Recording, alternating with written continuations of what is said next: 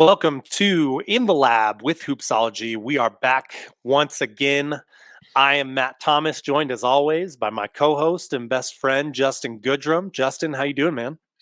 Good, man. Good. Just enjoying the playoffs. We're finally here. It's been a long slog to the end of the season, but I'm glad to see that the playoffs picking up. Definitely agree with that. And also pleasantly surprised with, even though it's been a short number of games so far, just how entertaining and unexpected some of these things were. You guys that just listened to our prediction podcast earlier this week already know some of the things that have turned out differently than we might have expected. Granted, it's early and we don't know how these series will end yet. But we want to talk about favorites today. We want to talk about what we've seen so far, what kind of has maybe taken us off guard and some concerns with some of the teams. And to do that, we're going to talk about some of the sport ads. We are going to bovadasportsbook.com for these odds that we'll mention during the show. So you can check that out if you're looking and if you're able to gamble on that. Of course, be responsible if you're doing that, goes without saying. But we are going to start off with I want to give a quick rundown on, since we've been talking about player awards, I want to give a quick rundown because we have some information on the schedule of when they're going to announce these awards. And we have two awards, Justin, that already came out. So we'll go ahead and dive into that on Monday. So just yesterday, as of the day we're recording this podcast, Jaren Jackson Jr. was announced as your defensive player of the year. I don't think this is entirely shocking. I think for myself, I would have liked to see him play more overall minutes over the course of the season to win this award, but can't argue with his impact when he is on the court. So, Jaren Jackson Jr., your Defensive Player of the Year award, I believe on Bovada, he was the favorite to win this award last time we talked about it. Justin, any thoughts on him picking up the award? No, I concur. I think when we were doing our awards check-ins, he was the pretty favorite. So not surprising there. Of course, we talked about maybe Bam Adebayo, maybe Giannis, some other names thrown in there, but it seemed like Jaren Jackson Jr. He fulfilled his odds there as being the favorite. So congrats to him.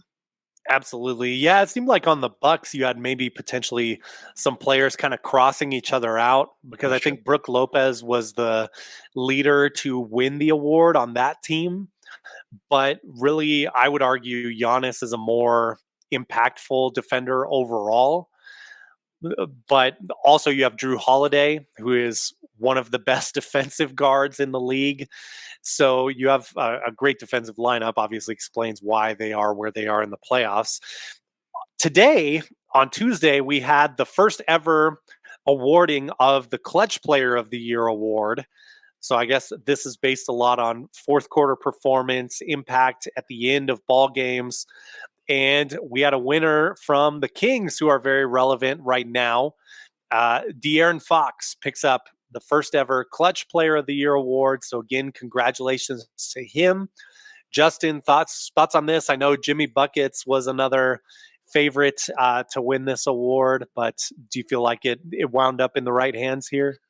Yeah, I think so. He comes off as really poised and really mature. And, the Kings we'll get to later, might be a little bit of a spoiler, but I see a little bit of a Suns kind of transformation there, but Mm. only there's fans. And I think that's really cool to see. I will talk about that later, but congrats to Fox. I don't have any problem with that. I wonder in the future if we're going to get into more of a analytics versus eye test with this award. So I'm curious to see how that dynamic plays out in the future, since this is a pretty new award. But congrats to him, and he's been just killing it in the series against the Warriors. We'll talk about that later. But Agreed. Could really go either way with that in terms of yeah, like subjectively awarding it, like you yep, mentioned, like eyeball test, or statistically, there are a lot of stats on sort of clutch statistics at the end of the game. The other two awards that we know about that are scheduled to be awarded this week. Tomorrow, so probably by the time you hear this podcast, you may already know that Coach of the Year will be handed out. It seems like Bovada favorite was Mike Brown. Seems like consensus around the league is that Mike Brown is going to do this. Kings in the playoffs for the first time in 17 years, so it's kind of hard to argue with that, especially given I don't even think they were a play-in team last season. So Yeah. pretty outstanding job there. Thursday, I'll fast forward to this and then any comments you have, of course, Justin. Thursday, we'll find out who the Sixth Man of the Year award winner is. And the favorites there, top three finalists, Bobby Portis, Malcolm Brogdon, and Emmanuel Quickly. Brogdon, of course, from the Celtics, Quickly from the Knicks, Portis from the Bucks. I believe last we checked on Bovada, um, Emmanuel Quickly was the favorite here, but there's been a lot of noise for Malcolm Brogdon as well. I do wonder if the depth of the team impacts both he and Bobby Portis from winning this award, and it goes to Quickly because of that. We'll see what the voters say. Any thoughts on Coach of the Year or Sixth Man there, Justin? Excuse me. Not too much. I think just with Coach of the Year, I think Mike Brown is shoe in. I think it checks off all the boxes. The long playoff drought, the fans being back into it. They're kind of the new trendy team in the NBA. I think he's a shoe in. I'd be surprised if he doesn't win it. 100% agree. Let's jump into the playoffs and give kind of a quick review here of what we've seen so far, how this compares with our expectations and predictions. I'm going to start with a softball for us, and that is the Nuggets Timberwolves. Granted, they won't play again until tomorrow, and we've only seen one game so far, so you can't infer too much out of one game. But the home team, Nuggets, who are your one seed in the Western Conference, took care of business. I believe it was 109-80. Yes, there's a score right there. And Justin, do you have odds? I mean, how big of favorites are the Nuggets in this series? I don't. I'm just looking at. Oh, I take that back. Let's see. They are negative 330 on Bovada right now over the Timberwolves. I believe that's just their next matchup, which is April 19th. But Yep. that's the bet at the moment against the Timberwolves, which I'm kind of a little bit surprised. I thought they'd be a bigger favorite than that, to be honest. So it's a little bit surprising. Yeah, I don't disagree with you there. And really, again, I don't want to touch on this too much because they're doing exactly what we expected them to do. We did kind of have concerns about them being a little slow out of the gate. Not the case at all so far. A little more surprised, I guess, that the Timberwolves didn't compete as closely with them. Maybe that's fatigue from playing games. Who knows? But we'll see what happens in game two and check back on this in the near future. A little more exciting of a series that we'll look at next. The Grizzlies, 2 seed, versus the Los Angeles Lakers. Um, man, what can you say here? I mean, shout out to Austin Reeves for one thing for that fourth quarter performance. And hopes, of course, that Anthony Davis, who did return to the game and was okay, as well as John Morant, who didn't turn to the game, and we don't know if he's going to be able to make it to the next game, which also is on the 19th. Man, John Morant went out in that fourth quarter, and it seemed like from that point on, I mean, the Grizzlies stuck with the Lakers there, but really it just seemed like there was no hope of them coming back. They kind of threw everything at Jaren Jackson Jr. He was able to hit a three-pointer. He was able to score a bit in the post, but just was not able to keep up of the balanced attack of the Los Angeles Lakers. And I'm definitely already worried with the game one loss that I have misjudged the Lakers, granted some of this being bad fortune with John Morant's injury. How are you feeling about this series? Granted, yes, it has just been one game. Yeah, nervous like yourself. And the odds on Bovada reflect that. Just looking at it right now, the Grizzlies are plus 225. The Los Angeles Lakers are 275, negative 275. So it's pretty close. Um, yeah, I'm feeling very uneasy with John Moran out, but at the same time, you look at Anthony Davis, he's one injury away from being out too. So it's kind of like a roller coaster. And I think I'm sticking to my prediction with Memphis. However, I could see it going seven.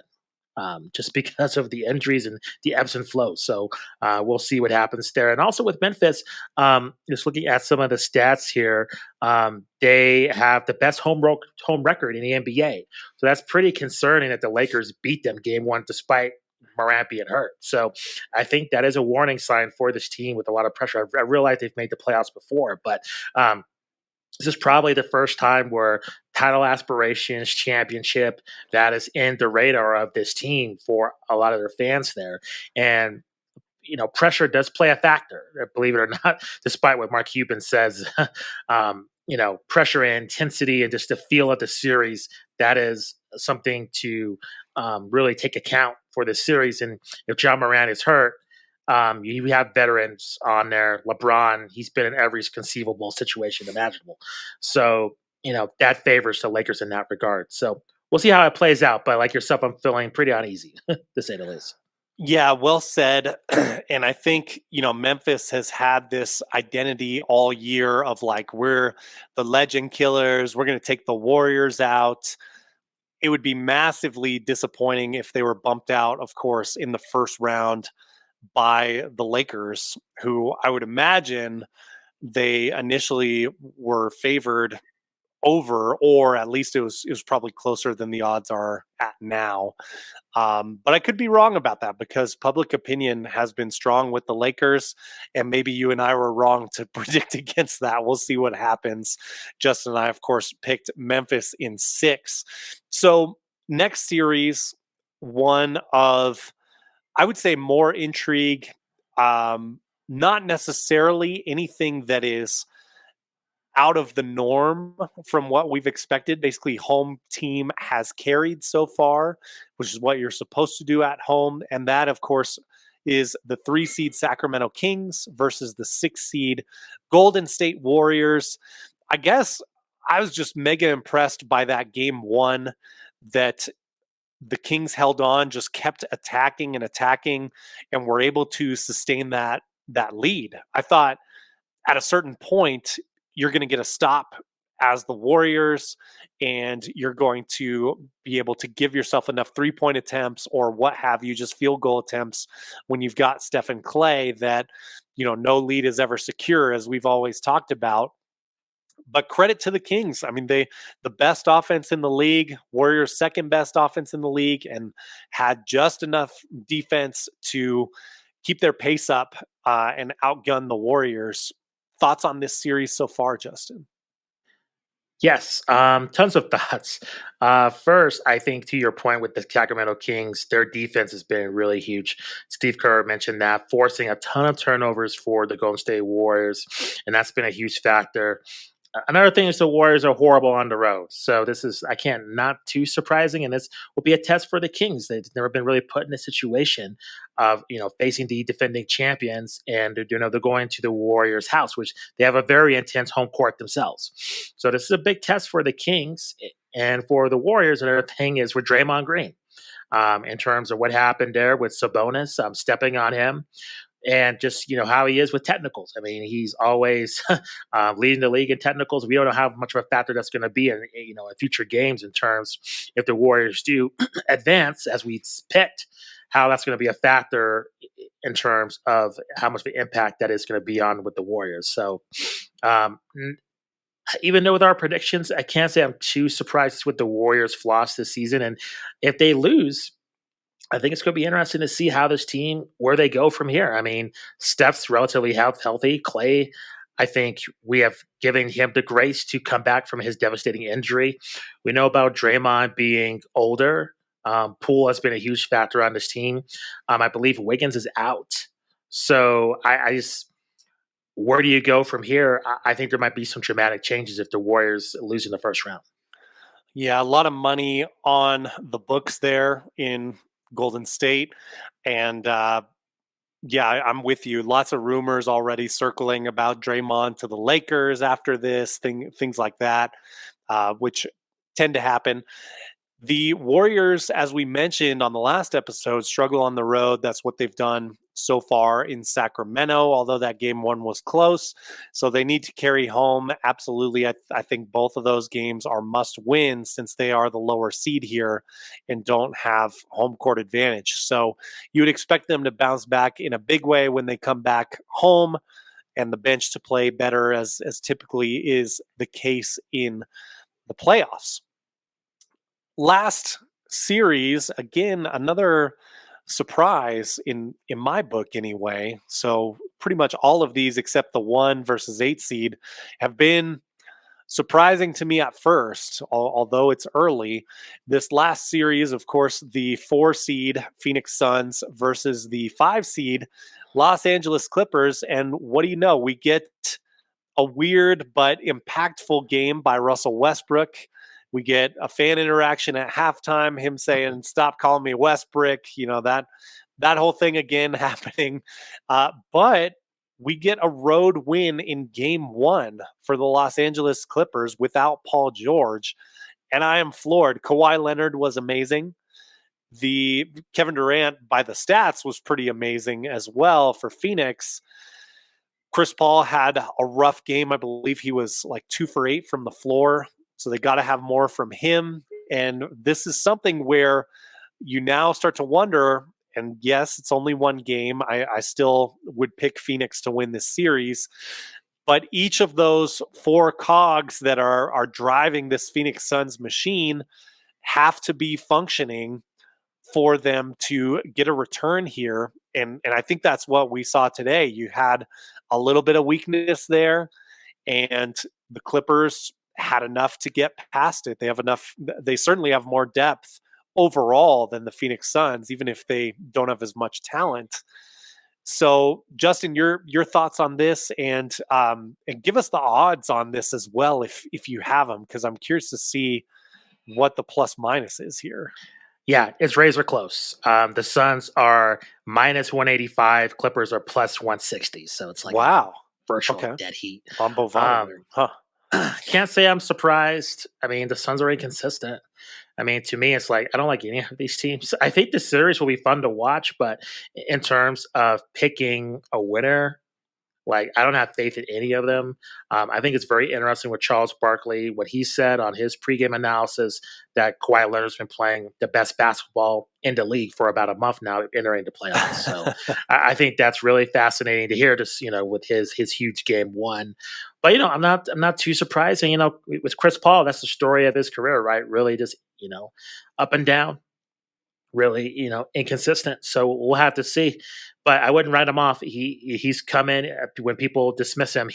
He's coming huge. So he is still a big part of that team. So we have not heard the last from him. 100% agree with that. I am pretty fascinated that those odds are so close there. I Yeah. thought, Phoenix might have more of an edge there, but is what it is. I had the Suns winning that series in 5 games. So if the Clippers win one more, which you would assume they probably will take one more, my prediction is a little off base there, but who knows? I mean, I might not even picked the correct team to win the series there. Moving to the East, we have in the 1-8 matchup a kind of surprising outlier result here, again, with the road team winning game one fairly convincingly, too. I mean, Jimmy Butler, kind of a vintage Jimmy Butler playoff performance. Not shocking at all to see him playing well in the playoffs, but man, was basically just doing what he wanted to do against a deeper, typically better defensively team in the Milwaukee Bucks. And the Heat are a team that haven't played that well offensively, but were able to light it up in this instance, take the 1-0 lead. I would still not shy away from picking the Bucks. That would be an incredible upset if the Heat pulled this off. But what did you see with this game one, and how much are the Bucks favored by? Yeah, so looking at, let me see. I don't have odds for that. Bovada doesn't have that listed. But I will say, as the recording of this podcast, which is April 18th, Giannis is listed as doubtful for game two. Mm, So that's very interesting. And you have Tyler Hero, who broke his hand. He's out for like 4 to 6 weeks. So you have to wonder how that's going to play into game two. And I would say that probably you could argue the best player on the court is Jimmy Butler if Giannis is injured. yeah, So that is a huge concern. And in the Heat, I, this is another team I hate picking them and the Clippers, especially with the Heat, because they're so easy to dismiss. I mean, when they played yeah. Chicago, that wasn't like that was a great performance. I mean, I mean that wasn't that impressive of a victory. So they're totally easy to just write off. But why write off this team? I mean, ever since the bubble, they have overachieved and they know how to win. They have a great coach. They have a veteran leader there with Jimmy Butler. They cannot be dismissed. But I do see if Giannis returns, I don't, since he's listed as doubtful, that probably it might change. It, I would say even if they go down 2-0 with a team like the Bucks, I expect them to come back and win with Giannis. I think that'd be incredibly disappointing. I think it'd be a black mark on him. Not the injury. I mean, the injuries happen, but if he is healthy, relatively, if his performance is good enough and they'd somehow still lose, I think that will hurt his legacy. So we'll see. We'll see how he is. If he's like banged up, if he can't move out there, then that's not his fault. Like, what are you going to do? So I think this is going to be a very interesting series to see, how that back injury is really going to affect Giannis moving forward. Yeah, and you're kind of playing with fire. If Yeah. he's able to play in game two and you don't play him, you're kind of saying, hey, Jimmy Butler, we think you're too old to do that 2 games in a row. And I don't know. That's a dangerous game to play. That might be the correct opinion to get Giannis some more rest as well.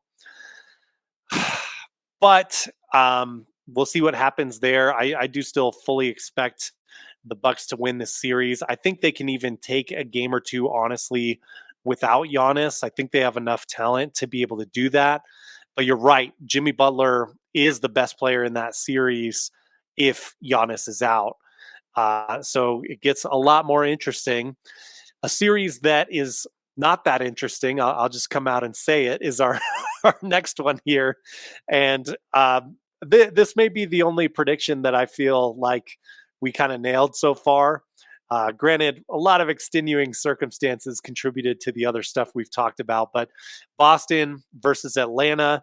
Game two just wrapped up as we were talking here. And Celtics are up 2-0 in this series, taking care of business at home pretty convincingly as well. Double-digit wins in both games. Actually, both games they won by 13 points. So yeah, I fully expect Boston to win this. Again, I predicted the sweep. If they go 5 games, that's still a pretty dominating performance there, and I fully expect that to happen. Any surprises, things you're seeing that you want to mention? And do you have how big of a favorite the Celtics are? This might be the biggest favorite here. I don't. Unfortunately, I don't. With Bovada, they have like different. They have a selection of games. Oh, gotcha. But we'll get to a huge favorite, I'm sure, in a little bit. But in terms of this series, I think Celtics are in championship form, and I would say, if Giannis is out or if he's hurt or something weird happens, I think the Celtics are the favorite, Yeah. at least in the Eastern Conference. And they look really good. They're clicking on all cylinders, and yeah, I don't see Atlanta winning a game in this series, unfortunately, for them. Yeah. Yeah. I mean, it's pretty easy. It seems to have figured them out for the Celtics there. So they will presumably just keep on rolling. Series that has, I guess, gone to most people's expectations, has played out a little differently than I would have thought, is this 3 versus 6 Philadelphia versus Brooklyn series. Nothing out of the norm has happened, really. Philly has carried home, and they are, I assume, pretty heavy favorites here in this series as well. But I just thought this would be a little more competitive than it's been with the Nets. I thought, if nothing else, the Nets would have the firepower to be able to keep up with the 76ers for a few of these games. Hasn't been the case just yet. I mean, game two, Brooklyn only scores 84 points, and Philadelphia wins it, scoring 96 points. The Sixers lead this series 2-0. Justin, your thoughts on this series so far? Do we need to pull Ben Simmons off the bench here? I don't think it's going to make too much of a difference, at least to our guest coming up after you hear this podcast with Mike Sealski of the Philadelphia Inquirer. I'll leave that to you to listen to regarding thoughts on Ben Simmons. But with odds, that's how bad it is for the Nets. The 76ers are negative 5,000. And the Nets are plus 1,600. So Wow. I would say it's over. Regarding that. But I would say this series, it's gone the way I thought it was going to go. I didn't think the Nets had any type of a challenge for the 76ers. So it's not too surprising. And especially if you're a Nets fan, you're kind of evaluating where you go from here, losing Durant and Kyrie Irving. So them putting up of a fight, I think if they win a game, I think if you're a Nets fan, you feel pretty encouraged by how the season played out and how the Nets, didn't just tank and just give up. So I think you would feel pretty good considering the circumstances. Absolutely. Last series we're going to look at real quick and just cover is probably going to be the most fun series, as we talked about last time, and it has not disappointed so far. The New York Knicks and the Cleveland Cavaliers, Cleveland being the 4 seed, New York being the 5 seed. New York, once again, seems like this has happened more than usual. Road team wins the first game. The Knicks win in Cleveland 101-97 in game one. They are playing right now as we speak, and it seems like Cleveland revenge mode is on because they're up right now 79-58. So punch and now the counter punch in game two. And I could see the series being like this all the way. I could see definitely the Knicks winning when they get back to game three. Yeah. Then maybe Cleveland takes one on their court in game four, and back and forth we go until someone gets to those 4 games, obviously. Any surprises here with that first win in game one or what you've seen? Not any surprises. I think just with this series being played out, man, the Mavericks has made a massive mistake with Jalen Brunson. He is Oof, yeah. what a leader for the Knicks, I would say. And yeah, I think this is going to be a close series, potentially to go 7.